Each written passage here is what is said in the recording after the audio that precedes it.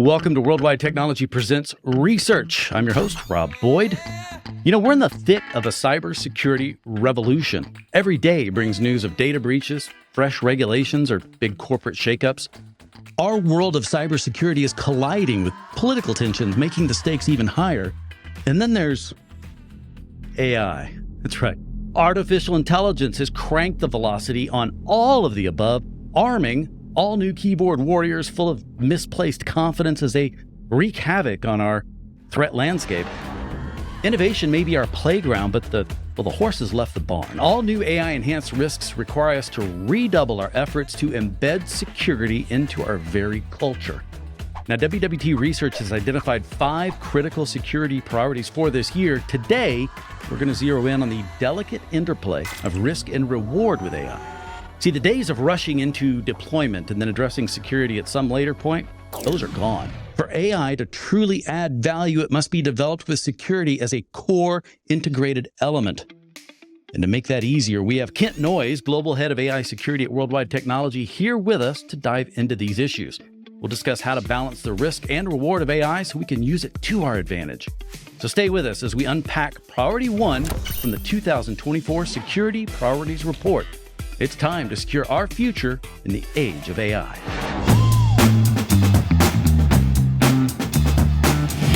Well, Kent, it's good to have you back on another show. I think we've been close to having you on a couple of them, and then for whatever reason, we haven't made it. But today we do. We've got you here, of course, to talk about security. But for anyone who may not be familiar with your background, especially as it may have changed or reorients, as things continue shifting, what do you do for Worldwide Technology? What's important to know about you? Yeah, thanks for having me on here, Rob. Good to see you again. So I'm the global head of AI security here at Worldwide, and I'm responsible, along with my team, with supporting our customers globally around their AI security strategies and their solutioning in that space. Yeah, and I've been here for 22 years here at Worldwide. I'm sitting here in the headquarters right now with probably the blandest background you've ever seen in your life. That's a real wall. That's not a fake background. I've seen the walls live. I know what you're referring to. Yeah, right. I've done a lot of emerging technologies here, but never one quite like this one. This is a little different beast here, and it's exploding and changing all sorts of things. And so I'm having just a total blast working on it and trying to help customers wherever I can on it. Yeah, I think you're hitting on the reason why a lot of us are in this field is just because it's not static. It's there's very much problem solving whole lot of problem solving going on. And it's happening at a pace that can be unnerving at times, for sure. And that's what you and your team, I know, are trying to keep up with. I wonder, because I really like hearing your opinion. My assumption being is you're going to share opinions that obviously are shared with WWT. But really, what makes it so important of a focus right now, and why should people be paying attention? Well, I think it's actually a focus right now as a result of the natural language processing and the training that occurred with OpenAI a year or so ago. That's what really made it explode. And, we gave AI a voice, at that time that it never had before, really technology in general a voice. And it communicates just like a human. It makes mistakes like we do. They call it hallucination, but I kind of do that from time to time. Everybody does it, and they do it as well. The only difference to me is they sound confident every time they do it. Sometimes we sound a little doubtful about our mistakes when we do it.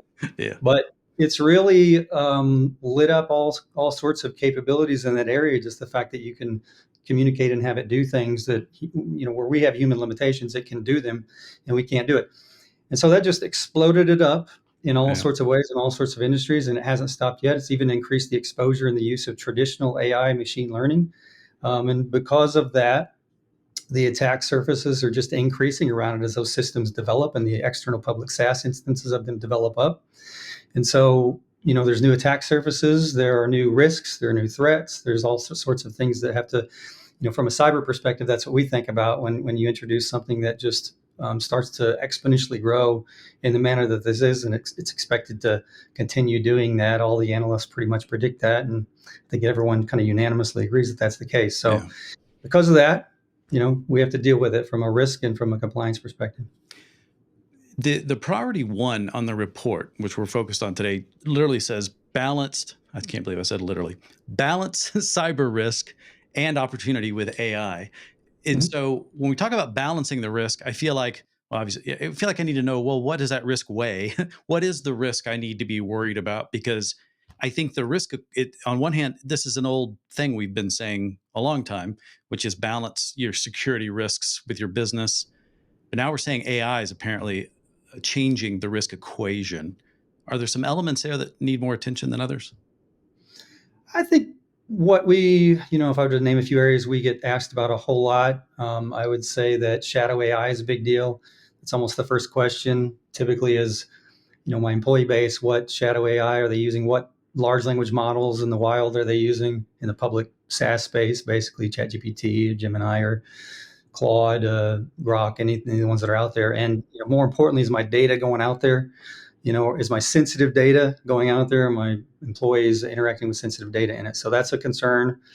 There's also shadow AI internally and just the use of AI that's growing. I mean, you can get GPUs in your laptop now. So if you want to build a model in your laptop, you can do that. And so there are concerns about the AIs that are developing internally, whether they're known or not. There's still concerns about the data there as well. It's the same thing. Other risks would be data in risks in terms of attackers now that can use generative AI to their advantage, and they're more effective at things like phishing, fraud. Deepfakes are a big topic. So in terms of risks, that's kind of those are the highlights of the things we talk about, those basic categories and some of those specific examples. Yeah. Well, I want to ask you because I think shadow AI, and I understand from my understanding, one reason it grows so quickly is we can probably all imagine there was a time when there was pre GPT, or pre Chat GPT, and there's afterwards. Because I think before it's not as if all of us hadn't heard of AI and even have thought maybe that it was even a buzzword that needed a little toning down. But in reality, especially when I look back at it now, we are all generally rolling our eyes as you tried to tell us about your deep AI research projects and the models and different things like this. But suddenly, when it became these language models that could practically understand something no matter how badly I write it, and it can clean up my writing and it can do so many amazing analysis and things, and the visuals, the multimodals that are now coming about, they're changing the threats. So with shadow AI, I feel like it can creep in easier because it got so much attention and because it feels like everybody now offers some type of AI, even on top of some normal enterprise products, that suddenly have API extensions or different things that may or may not be doing what you want them to be doing. So I don't know what kind of things can be done. What does it look like for dealing with shadow AI? Are there answers, or is this still a real manual process to try and isolate? Yeah, I mean, there's quite a few things to be done. There's a lot of evolving technology in that area. I mean, there's process things, there's policy things that can be done. I mean, fundamentally creating acceptable use policy and then communicating that out to your employee base about that, of whether, what's acceptable or not. You know, should there be human in the loop, sensitive data loss out there? That sort of thing needs to be in there. There's, from a practical perspective, just technologies now coming out that come in different forms. You can get them as sort of gateways where you redirect all traffic out there that they have, or they could be browser plugins. They specialize in detecting use of AI. You don't have to work off necessarily just a list that you say no to here specifically, which is very limited. Yeah. They can actually use behavioral analytics to pick up on that and give you visibility into what's going on out there. They can also help you control it in terms of controlling the data that's going out there, blocking it, anonymizing it, substituting data in for it. So there's lots of solutions now to give you a feel from a visibility perspective, kind of what's going on from a shadow AI perspective. And that's just the public AI, I'm kind of focused on there, which is a massive concern. There's no doubt about it. Again, you can go there via API in all sorts of ways from your laptop if you want to, or at a prompt. Then there's on-prem AI, right? And there's shadow AI in that space as well. So you still have to discover that. There's different methods for that. You can still use the same kind of methods, but at the same time, there's ways, we see methods out there where it's like evaluating code even to determine if there's API calls to large language models or generative AI systems out there. So visibility, I think, is sort of 101 there, and acceptable use policy. Also giving them a better alternative. If you establish your own internal GPT, if you can point them to that and they start to feel more comfortable. It's difficult because you're in a race game with, and you look at it, the GPTs that are out there right now, ChatGPT, one few months it's the best one, and then suddenly Gemini comes out with one that kind of leapfrogs it a little bit, and we're seeing Claude that came on recently, it leapfrogs a little bit, and even as I use them, for a few months I'm using one particularly, and then I might switch to the other, and I kind of use them for a few months at a time because they're kind of getting better and better and better. But but behind the scenes, you can still use those systems behind the scenes in your own internal one, and you can get them a lot of your own custom information in the internal GPTs. So it's a good way to kind of get a sanctioned one in front of them. We're starting to have more traction with that here in our own GPT. So it reminds me of when we had shadow clouds popping up, early in the days, not that we don't now, because it was so easy to add a Dropbox. It was, and I need this for file sharing, and I need to be able to move large things. And so suddenly things didn't have to be procured from the IT department. And it sounds like some of the answers are the same, which I really like the notion of, yes, you need to have observability, you need to have visibility to what's happening. And rather than maybe just yes, you need an acceptable use policy, but instead of being real ham-fisted about it, think about, well, what is it that people are getting benefit from, and how can you provide that in a legitimate manner? And we've done some other shows on even what you guys are doing within Worldwide, building chatbots with your own internal data, both to learn as a company for yourself and your own use and stay competitive, but also for the advice and the counseling you provide all of your clients. We've often said things are moving so fast now that our security tools need to be AI based to be able to combat the pace of change coming from the AI, influenced bad guys. Assuming that's true, are you seeing solutions come about from the traditional players that we know and are perhaps comfortable with in our purchasing departments, or are there a bunch of startups we maybe should have on our radar? How do you guys look at these things and decide what's worth putting in front of your clients?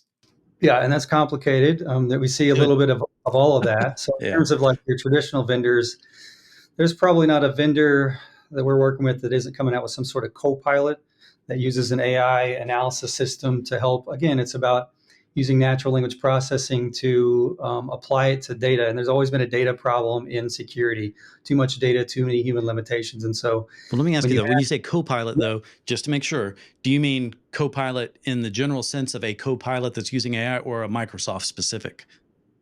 I mean, it's really like an AI assistant. Okay, so co-pilot is a term for what could be any assistant. Okay, absolutely, like really built for security in this particular case. And so, imagine an incident response screen, and you got a little co-pilot up there. When an incident comes in, that thing can use AI to analyze it and very quickly assess what dependencies are in there, what you recommend, what you might do to remediate it. Okay. If there's code involved, it might do a code analysis, just a lot of things that it takes humans a long time to do. Those co-pilots come in and they can kind of deal with that. Pretty much all the major vendors are coming out with some sort of assistant, AI assistant, co-pilot, digital assistant. It goes by many names, but architecturally, a lot of them are very similar. They process the data that vendor particularly works on, or partners that they connect to over API, and they can analyze that and sort of assess that quickly for you.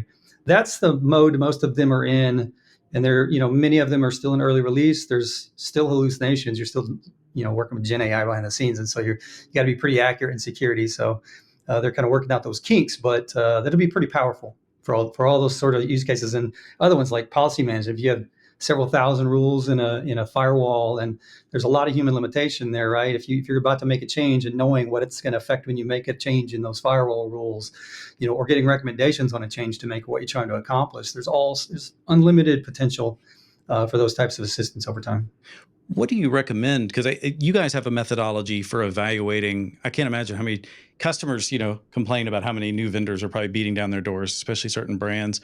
You guys must be in the middle of it, because everybody knows you've got incredible lab facilities, and you obviously have a lot of customers and clients. And so getting your approval is important. How are you guys handling this influx of new opportunities, and then saying, well, this is worth pursuing, or this one is still up and coming, but they're good at marketing?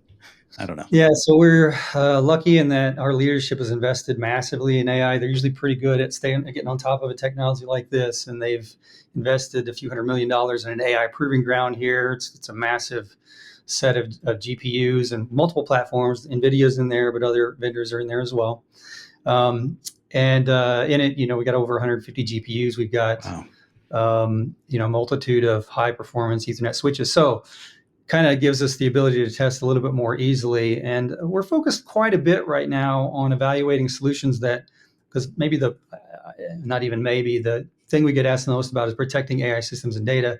There's a lot of niche players in there that aren't the primary vendors, and so that functionality still needs to exist. You still need it, so we have to evaluate those things, like LLM firewalls, large language model firewalls, model scanners, red teaming. There's solutions that specialize in red teaming as well, because red teaming in the executive order is one of the call outs, and it's going to be a pretty important thing. Role-based access control is also a part of that. If you have your data all collected and piled together in an AI, how do you control, what I can get to versus what you can get to in that thing? The AI usage thing. So we're attacking it as strategically as we can based on, as we always do, what we see and hear, because we talk to a lot of different customers and we kind of prioritize what we want to evaluate in that environment as a priority, because you only have so many people that can test it at a time. So we just do it in a certain order, and we're going through it as proactively and as quickly as we can. We've got this vendor landscape slide that it's quite an array of vendors in that niche space, and it's a bit of an obstacle. And I think customers are always in that. I've always seen this, but I've never seen it quite at this level. But you're always in that sort of timing game where you need the solution now, but you have primary vendors you usually rely on. And do you go with the startup, or as soon as the startup is ready for GA, basically? Do you go with the startup now with that functionality, or do you wait till it's acquired, or do they become something bigger? And what is your timing on that? So we're trying to help as much as we can in that type of situation in this particular space, because there just are so many different new solutions to sort of complement. I mean, don't get me wrong, there's tons of traditional security in these AI environments and architectures. There's just a large percentage that are brand new, and they're sort of evolving as generative AI has just exploded. And the startups, they know it. You see venture capitalists investing left and right in startups in that space right now, for good reason. It's good innovation, and it's a niche area for sure. Yeah, we need good answers, because it's gotten scarier fast, and because even though the technology could potentially be developed just as fast, our ability for our customers to implement as fast as a black hat group that doesn't have the same rules or live in the same, within the same guidelines, it's not even a fair fight, it seems. But I am curious, from a security perspective, you've been around long enough from the network and security and from traditional ways we've done things forever, and you're also familiar with the frustrations. Not sure what answer you might have for this. You may have mentioned some of them. What are you seeing in AI that you say, oh, thank God, this is going to be so much better for security? Maybe some tasks or some things that never had a good answer before, or were just manually painful, perhaps. Have you seen stuff that are like, okay, this is kind of, despite all the bad stuff, let's not rule out some of the fun stuff that's happening that's helping us get our stuff done better? Absolutely. I think we're seeing some fundamental ones that have been from the get-go of Gen AI. Now they've been used, like summarization, summarizing daily incidents, summarizing events in the news, incidents in the news, summary updates for SOC teams, and also within the SOCs, the analysts now have additional support for researching. It's pretty useful to be able to research and search now with the modern LLM tools that are out there. Scripting, coding's a big use case. We probably see more coding assistants than we see of anything out there, and threat hunters and other security practitioners need to be able to script more quickly, so they utilize it for that. On a larger scale, we're probably seeing the most questions and requests from customers, and that's what I usually rely on, around things like risk management. There's just a lot of complexity in risk management, compliance, deep areas like identity and access management, where there's a lot of manual processes and data processing in there. We're working on some things like a regulatory assistant or an audit assistant that can help you sort of query and search in a way, but also help you sort of manage the data that's a part of your regulatory requirements, your internal compliance, and how you're meeting that, what it is, how you search for it, how you prove that you're meeting it to your auditors, and just given a faster way to do that. So we're working in those areas. Again, they're just areas where there's a lot of human limitation, a lot of manual processes historically, and now we've got a means to be able to search data more, I guess, flexibly using natural language processing queries and prompts. And yeah, I think it's just a little bit more effective in automating the whole thing, and I think we're seeing a lot of good response on it. And one of the risks that we've seen pop up, because it's one that scares some more than others, but especially executives, around deep fakes. And you've done a lot of different analysis on how we're identifying these things, how they're happening, what are recommendations. What is the recommendation as of today for trying to live sane in an increasingly insane world of deepfakes? Yeah, deepfakes are only expected to grow. I think different analysts say different things. Gartner refers to it as sort of novelty right now, but expected to be commonplace by 2026. And pretty much every other in the executive order, the United States White House executive order talks about making sure that you have something that detects synthetic communication like deepfakes. It's really referring to deepfakes. So it calls it out, puts requirements. So everyone thinks it's going to grow. The FTC, there's a number of laws that are in motion right now that are very likely to happen. It's almost a certainty by where deepfakes are headed, because deepfakes can come at you so many ways in voice and video and images. It's just getting kind of crazy out there. Yeah. But there are laws like the FTC's working up some laws and other branches of the government that are going to most likely, they're all about consumer protection. So they're going to put some mandates out on the general enterprises where they need to put sort of detection or defense mechanisms into place, processes into place. There's going to be watermarking and badges. I mean, even people I know that it might have been you I was even talking to are getting requests from YouTube to sort of badge or mark any synthetic data that they're producing as they roll it out. That's going to become more commonplace and part of regulatory requirements for it. So it's a big space. There have been some massive incidents in the news, $25 and $35 million incidents, where in one instance there was a CFO on the other end of this was in the news quite a bit actually, CFO on the other end of a web conference, and the finance worker was on the opposite end. The finance worker thought they were talking to the CFO, but it was a deep fake, and the CFO requested a transfer, and it was an extremely large transfer, like $25 million. Wow. And the story is that occurred. And that's not the only one. There's been a lot of them now. So we're getting a lot of leaders, especially at the large enterprise. We're getting a lot of requests around that. A lot of requests to use our proving ground lab. We've got a deepfake lab in that environment for detection of that and evaluating vendors that can detect, voice or video deepfakes in that space. Sort of like mini call centers, if you will, where you can set up an environment for them to be able to call in or send recordings in either way. And then we can automate the testing of that as a part of it. So there's a lot going on in that space and a lot to come, definitely. Well, before we cover kind of where WWT can help, I'm also curious, though, and maybe this is more of an opinion, but if I am a team or an executive or just looking at this for my company, and let's say that I'm not necessarily in the technology space where I'm investing heavily in all this already, but it feels like everybody should be doing something to at least be aware and protected to a certain degree because the ground is changing underneath us so fast. Are there some minimal things that you think at a minimum, to be redundant, business should be looking at? Yeah, definitely. I mean, I think you got to get in the basics early on. Acceptable use policy and that initial communication email out to your employee base is a big part of it. Starting to establish your overall governance of it, which involves a lot around more specific policy, controls, standards, procedures, all around that. Building up your steering committee for AI security, getting that thing out so you can develop consistency in how you secure it across the organization, and getting your communication out as soon as possible, not to just general employees, but the IT employee base and developers, because typically in security these days, the security teams don't enforce everything. They don't put all the security out there. They set up the structure and they democratize that out to the individual organizations or lines of business to do it. So starting that right away is important. And we understand, we see it every day. You need to make progress. So we do believe in use cases, even for learning purposes, to start with that. So we see a lot of parallel efforts. So you start with one or two critical use cases. It also feeds in and teaches you a little bit more about how to do the governance and the the overall sort of structure around it, the formal structure that guides the whole ship.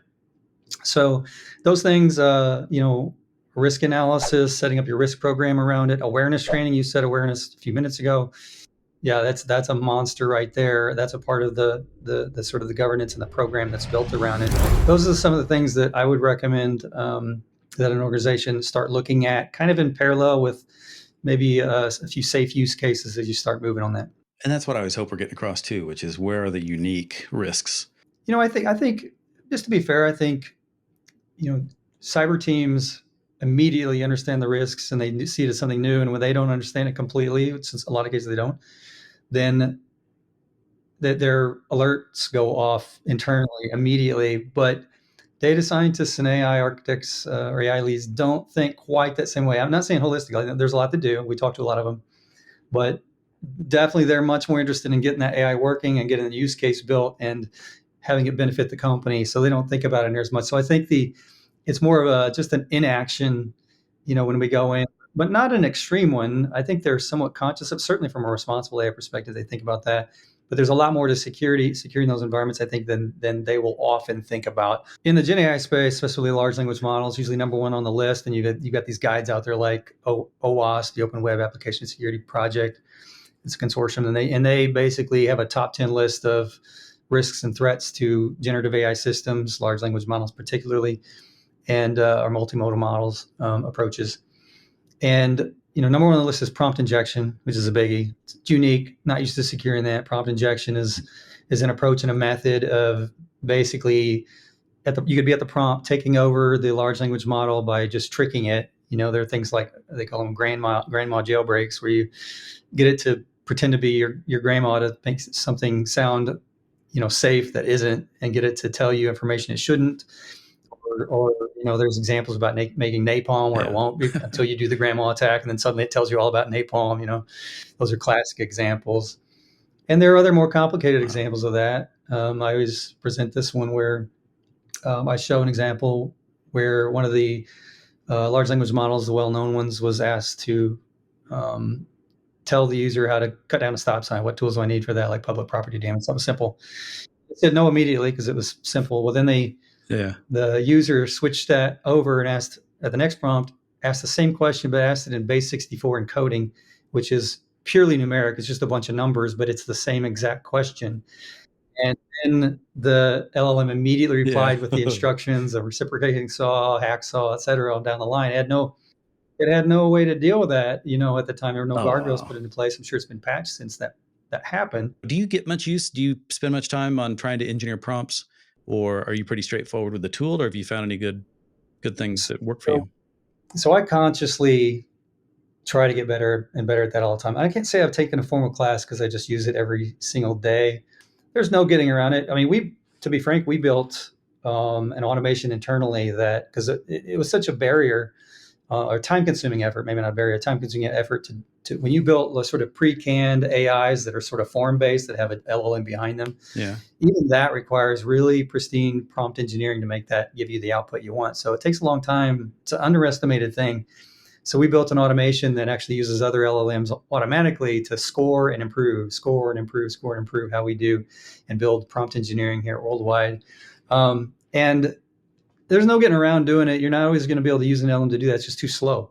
Yeah. So you're going to need the skills. I mean, you're going to see these things everywhere. Like I said, in the incident response example I gave earlier, in that example, you might be needing to work fast. You need to be able to understand how to query. And I think it's going to get better at understanding, one thing that we'll have, and it's going to get better at filling in the blanks for us than it is right now. But prompt engineering and how we ask it will be important for a very long time until it kind of levels out and becomes more and more human-like. Yeah, it seems like eventually someone's going to have to be doing. I mean, what have we been saying for a while? Everybody's a technology company, so it's not as if no matter what industry you're in, this is affecting you. Just some, I guess, faster than others. When it comes to the softer skills around writing and coordinating information among multiple groups in a large company to be able to write an appropriate acceptable use policy, is that part of the cycle that Worldwide helps in at all? Or do you just help with the AI specific stuff? Can you explain maybe because I think not enough people maybe understand that there's some soft skill stuff that you guys are very good at. Yeah, definitely. I mean, just being able to write policy, we have all those sorts of people that have the ability to do that. But we have a structure and a methodology for this whole thing. It starts out with us. We call it an accelerator. If you don't know kind of where to start, if you're kind of in that boat, and a lot of security teams are in a bind. They're used to doing they're focused on their day job. Let's put it that way, and that hasn't involved AI to this level, and they have the same resources they always had. So they either need extra contractors, they need some consulting support to kind of guide them along. And so we have a methodology that supports that. If that's the path, we can also do the use case thing where we just focus on your end result of a use case. And we do that all the time. But generally speaking, our default is an accelerator service that looks at your current state, evaluates your gaps, and then develops a strategy, sort of starting points for you and a roadmap for where you want to head. That's where we start. That's like sort of service number one for us. And from there, we go into 3 or 4 other phases. The next one would be mostly like looking at and focusing on the governance piece that I talked about, setting up policy and establishing the democratization structure. Then we get into other phases of more traditional, solution selection. Proof of concepts would be big in this space, just picking the different solutions that are out there just because there's so many varied solutions, and that's something we can absolutely help with. And then finally, all the way through to implementation of that. That is the structure that in our methodology that we provide to give you the strategy and start strategically, and you work your way through. Again, we can shrink that, we can grow it. Just kind of depends on what your scope is going to be and where you'd want to head with it. That's where we go. We're working on some other individual services around it as well. In terms of discovery, we just ask so much, and we know the vendors that do it, and we have the skill set to do it. We know how to set up, we know how to set up the API system to be able to pull in the data and process the data. We have the large AI team. It's been around for over 10 years. It's worked on a lot of engagements like this. And so we have the skills to do that. So we can work that side of the house just as well. I feel like we're about as equipped, from the advisory side all the way down into the implementation side as much as anybody you're going to see out there. We try to get real practical. From everything I've seen, you are. Yeah, absolutely. Well, Kent, thank you so much for joining me. Rob, I really appreciate you having me on here, and it's always a pleasure talking to you. It's always fun to get on these and work with you on them, and just we're all in this together on AI, and it's just good to share information both directions. I learn from customers all the time. I'm hoping maybe I got something in here that was of value to somebody out there as well, and hopefully, if there's somebody in the audience that I can work with on this or my teams, we'd love to do that. All right. That was incredible. I want to thank Kent Noyes for his contributions. We've got a few other shows coming up on the same topic, this cross-section of AI and security. There's a lot of different things we need to take into consideration. I encourage you to read the report. The 2024 Security Priorities Report is packed full of good information. Don't wait for us to come out with deep dives on each one of these priorities. You're going to find value in that. We'll be happy to work with you as you go through it. My name is Rob Boyd. Thank you so much for joining us. We'll see you on the next one.